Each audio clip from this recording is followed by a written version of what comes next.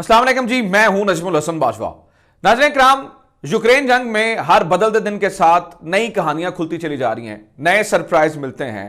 कभी यूक्रेन का पलड़ा भारी नजर आता है क्योंकि उसके पीछे नेटो खड़ा है, क्योंकि उसके पीछे अमेरिका खड़ा है। तो कभी रशिया का पलड़ा भारी नजर आता है क्योंकि उसके पास सिकंदर मिसाइल जैसे मिसाइल हैं, उसके पास SU-35 जैसे तैयारे हैं, उसके पास हजारों टैंक हैं, उसकी फौज बहुत बड़ी है और उसके मुकाबले मेरे ख्याल से डायरेक्ट कोई आएगा नहीं। तो लगता यह है कभी उस प्लेयर का पलड़ा भारी नजर आता है, कभी ये जो प्लेयर है वो भारी नजर आता है। लेकिन नाज़रीन इकराम, इस सारी सूरत हाल में एक दिलचस्प बात आज मैं जो आपसे शेयर करने वाला हूं कि हुक्म का इक्का, यानी कि इस पूरी जंग में, इस पूरी लड़ाई में जो ट्रंप कार्ड है वो किसी और मुल्क के पास है, और वो ट्रंप कार्ड है नाज़रीन इकराम तुर्की के पास। अब आप ये सोचेंगे कि तुर्की का तो इस लड़ाई से कोई डायरेक्टली मतलब कुछ को ताल्लुक है नहीं, ना बिलवास्ता ना बिलावास्ता। इस तरह से तो अभी तक हमने तुर्की का नाम सुना ही नहीं है कि उसने कोई जंग में कोई बड़ा किरदार अदा किया हो, या कोई मतलब फौजें भेजी हो, या लड़ाई की हो। नहीं नाज़रीन इकराम, इस जंग में तुर्की का किरदार बिलावास्ता भी है और बिलवास्ता भी है, और तुर्की के पास वो कार्ड है जो कि इस पूरी जंग की कहानी और जंग का नक्शा तब्दील कर सकता है। अगर तुर्की अपने कार्ड्स ठीक से खेलता है तो नाज़रीन इकराम, इस पूरी सिचुएशन में सबसे ज्यादा इंपॉर्टेंस जिस मुल्क की बढ़ेगी उसका नाम तुर्की है। तुर्की के पास ऐसा क्या है, तुर्की क्या करने वाला है, तुर्की अपने कार्ड्स किस तरह से खेल सकता है, आज की वीडियो में नाज़रीन इकराम मैं मैप्स के साथ आपको ये तमाम तर चीजें जो है वो शेयर करने वाला हूं। एक तो मैंने इस बारे में आपको बताना है, दूसरा एक टर्किश ड्रोन है नाज़रीन इकराम जिसकी इस वक्त बड़ी जो है वो दुहाई भी है और उधम मचा हुआ है, और उस टर्किश ड्रोन ने भी बड़ा जो है वो कमालात करने शुरू किए हैं इस जंग के अंदर। आज की मेरी ये वीडियो पर्टिकुलरली उस ड्रोन के बारे में नहीं है, मैं तुर्की कैसे कार्ड खेल सकता है, आज की वीडियो पर्टिकुलरली इस बारे में है। सो मैं बगैर की कुछ देर किए कोशिश करूंगा कि जल्द से जल्द ज्यादा से ज्यादा इंफॉर्मेशन आपको जो है वो दे सकूं, और टाइम भी हम इतना ज्यादा ना लें। सो सबसे पहले नाज़रीन इकराम मैं आपको एक मैप दिखाना चाहता हूं। देखिए नाज़रीन इकराम, ये मैप है, ये जो समंदर आप देख रहे हैं नाज़रीन इकराम, इसे कहते हैं ब्लैक सी। ब्लैक सी के अंदर असल लड़ाई नाज़रीन इकराम ब्लैक सी के अंदर होनी है, यानी कि जहां पर नेवल फोर्सेस ने टकराना है नाज़रीन इकराम वो ब्लैक सी है, और ब्लैक सी से ही अमेरिका बर्तानिया जैसे मुल्क डायरेक्टली यूक्रेन की मदद कर सकते हैं, क्योंकि ना तो अमेरिका ना बर्तानिया और कोई और ऐसा कोई बहुत बड़ा मुल्क नहीं है जिसकी डायरेक्टली सरहद जो है वो रूस के साथ लगती हो। वो बाल्टिक सिटीज कंट्रीज तो हैं लेकिन वो इतनी ताकतवर मुल्क नहीं है। अगर अमेरिका को, बर्तानिया को या किसी और नेटो के बड़े मुल्क को मदद पहुंचानी है यूक्रेन को, तो नाज़रीन इकराम वो इस ब्लैक सी के अंदर पहुंचाई जानी है। ब्लैक सी अगर आप ऊपर से देखें तो एक लेक की तरह नजर आता है नाज़रीन इकराम। इस ब्लैक सी में कुछ मुल्क हैं, वो आप जरा समझ लीजिए। मैं आपके सामने एक और मैप से शेयर कर देता हूं नाज़रीन इकराम। यहां पे रोमानिया है, यहां पे बुल्गारिया है, यहां पर मोल्दोवा है, यूक्रेन है, जॉर्जिया है, और नीचे टर्की है। टर्की जो है वो नाज़रीन इकराम इस पूरी सिचुएशन में बहुत बड़ा प्लेयर है, क्योंकि जैसे कि मैंने आपको बताया कि जो जंग होनी है नाज़रीन इकराम वो इसी ब्लैक सी के अंदर, अभी भी ब्लैक सी के अंदर नाज़रीन इकराम। आपको याद होगा मैंने एक वीडियो में बताया था कि रूस ने अपने 20 बहरी बेड़े उतार रखे हैं, क्योंकि रूस को पता है कि सबसे ज्यादा प्रॉब्लम मुझे इसी समंदर से होनी है, ठीक है। और इस समंदर में अमेरिका के भी 3 बड़े बहरी बेड़े जो है वो खड़े हैं, जहां पर टोमाहॉक मिसाइल्स इन जो बहरी बेड़ों के ऊपर लग चुके हैं, यानी कि डायरेक्टली जहां पर बड़ी फोर्सेस टकरा सकती हैं नाज़रीन इकराम वो यही ब्लैक सी का इलाका है। और इसी ब्लैक सी के अंदर नाज़रीन इकराम असल पोजीशन जिस मुल्क को हासिल है उस मुल्क का नाम तुर्की है। आप ये सोचेंगे कि ब्लैक सी में तो आपने बाकी और भी मुल्क बताए, तो फिर तुर्की को कैसे अहमियत हासिल है। नाज़रीन इकराम, ब्लैक सी को अगर आप गौर से देखें तो आप ये देखेंगे ये लेक की तरह नजर आता है, इसका बाहर निकलने का रास्ता तो नजर ही नहीं आता है। मतलब ऐसा लगता है जैसे किसी जगह पे पानी बहुत ज्यादा खड़ा हो, या आम समंदर की तरह नजर नहीं आता कि इसको मुख्तलिफ जो है वो रास्ते लगते हो जिससे इसका पानी जो है वो बाहर निकल सकता हो।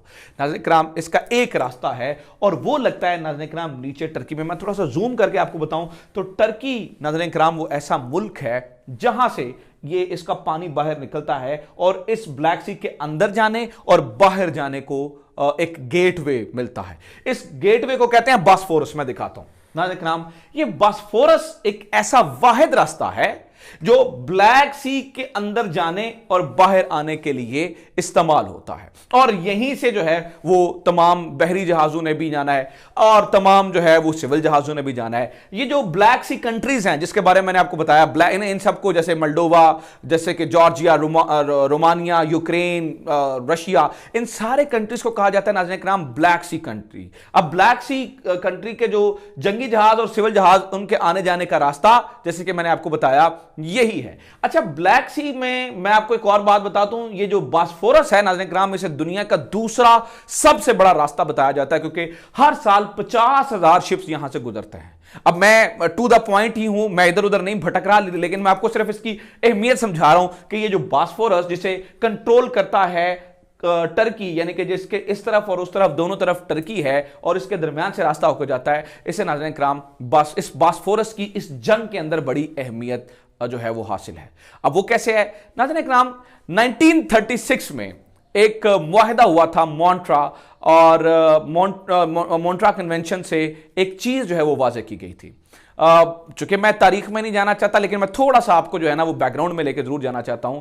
नाज़रीन इकराम, वर्ल्ड वॉर 1 के बाद जब ऑटोमन अंपायर टूटा था और रशिया, फ्रांस, इंग्लैंड, ये सारी कंट्रीज इकट्ठी थी, तब एक 1923 में लोज़ैन और 1936 में मॉन्ट्रा कन्वेंशन हुआ था। इससे कुछ चीजें डिसाइड हुई थी, और वो ये थी कि रशिया ने ये कह दिया था, मतलब तब जो सोवियत यूनियन हुआ करती थी, रशिया ने ये कहा था कि आप इस ब्लैक सी के अंदर इस बॉस्फोरस से गुजरने के लिए आपको कुछ शराइत मानना पड़ेगी, और आज उन शराइत को जो है वो नाज़रीन इकराम टर्की पूरा करता है। मिसाल ये है, अब वो शराइत क्या है 1936 मॉन्ट्रा कन्वेंशन के तहत, कि यहां से इस बॉस्फोरस के अंदर से कोई भी जहाज, अमन के दिनों में भी जंगी जहाज 21 दिन से ज्यादा नहीं रह सकता, उसे वापस आना है और टर्की को बताना पड़ेगा कि हम जो है जनाब 21 दिन यहां पर रहेंगे, मतलब आपको जाते हुए भी एंट्री करवानी पड़ेगी, वापस आते हुए भी जो है वो एंट्री करवानी पड़ेगी। कोई भी जंगी जहाज अमन के दिनों में भी 21 दिन से ज्यादा यहां पर नहीं रह सकता। जंग के दिनों में कोई भी जहाज यहां से किसी भी जंगी जहाज को इस बॉस्फोरस से गुजर के अंदर जाने की इजाजत नहीं है, और यह कंट्रोल टर्की के पास है नाज़रीन इकराम।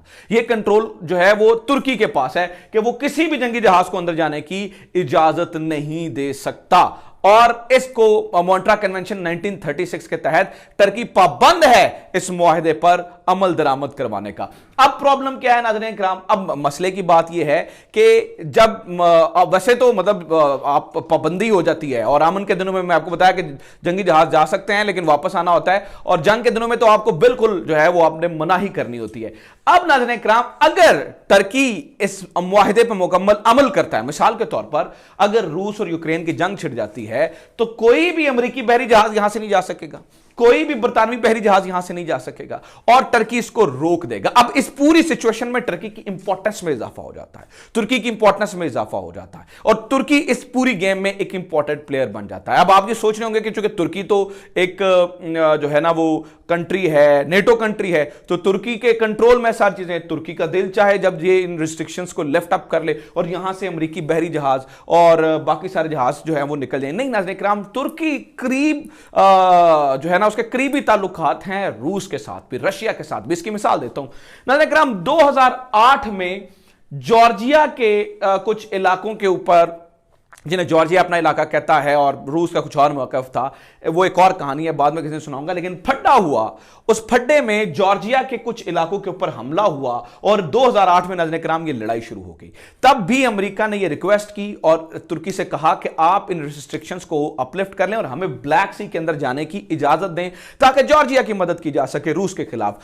तब भी नाज़रीन इकराम, चूंकि रूस के साथ मैं आपको बता रहा हूं एक लंबे अरसे से कुर्बत बढ़ रही है, तो तुर्की ने इन सैंक्शंस को उठाने की इजाजत नहीं दी थी, और तुर्की ने यह कहा था जी हम आपको इजाजत नहीं दे सकते कि आप ब्लैक सी के अंदर जो है वो यहां से अपने जहाज दाखिल करें। लिहाजा अब के बार भी यह कहा जा रहा है कि तुर्की इन जो है ना वो जहाजों को जाने की इजाजत नहीं देगा। एक पॉइंट तो यह है, लिहाजा इस पूरी कहानी में समझ आता है कि जो ट्रंप कार्ड है वो तुर्की के पास है। अब यहां पे कहानी खत्म नहीं होती, इसका मतलब नजर यह आता है कि तुर्की सीधा साधा रूस के साथ खड़ा है, नहीं नाज़रीन, इससे भी कहानी दिलचस्प अब आपको मैं सुनाने जा रहा हूं। जहां पर तुर्की जो है वो किसी तरह से रूस के साथ खड़ा है, वहीं पे नाज़रीन इकराम जो तुर्की है अपनी इस पोजीशन को सही इस्तेमाल करते हुए यूक्रेन के साथ भी खड़ा है।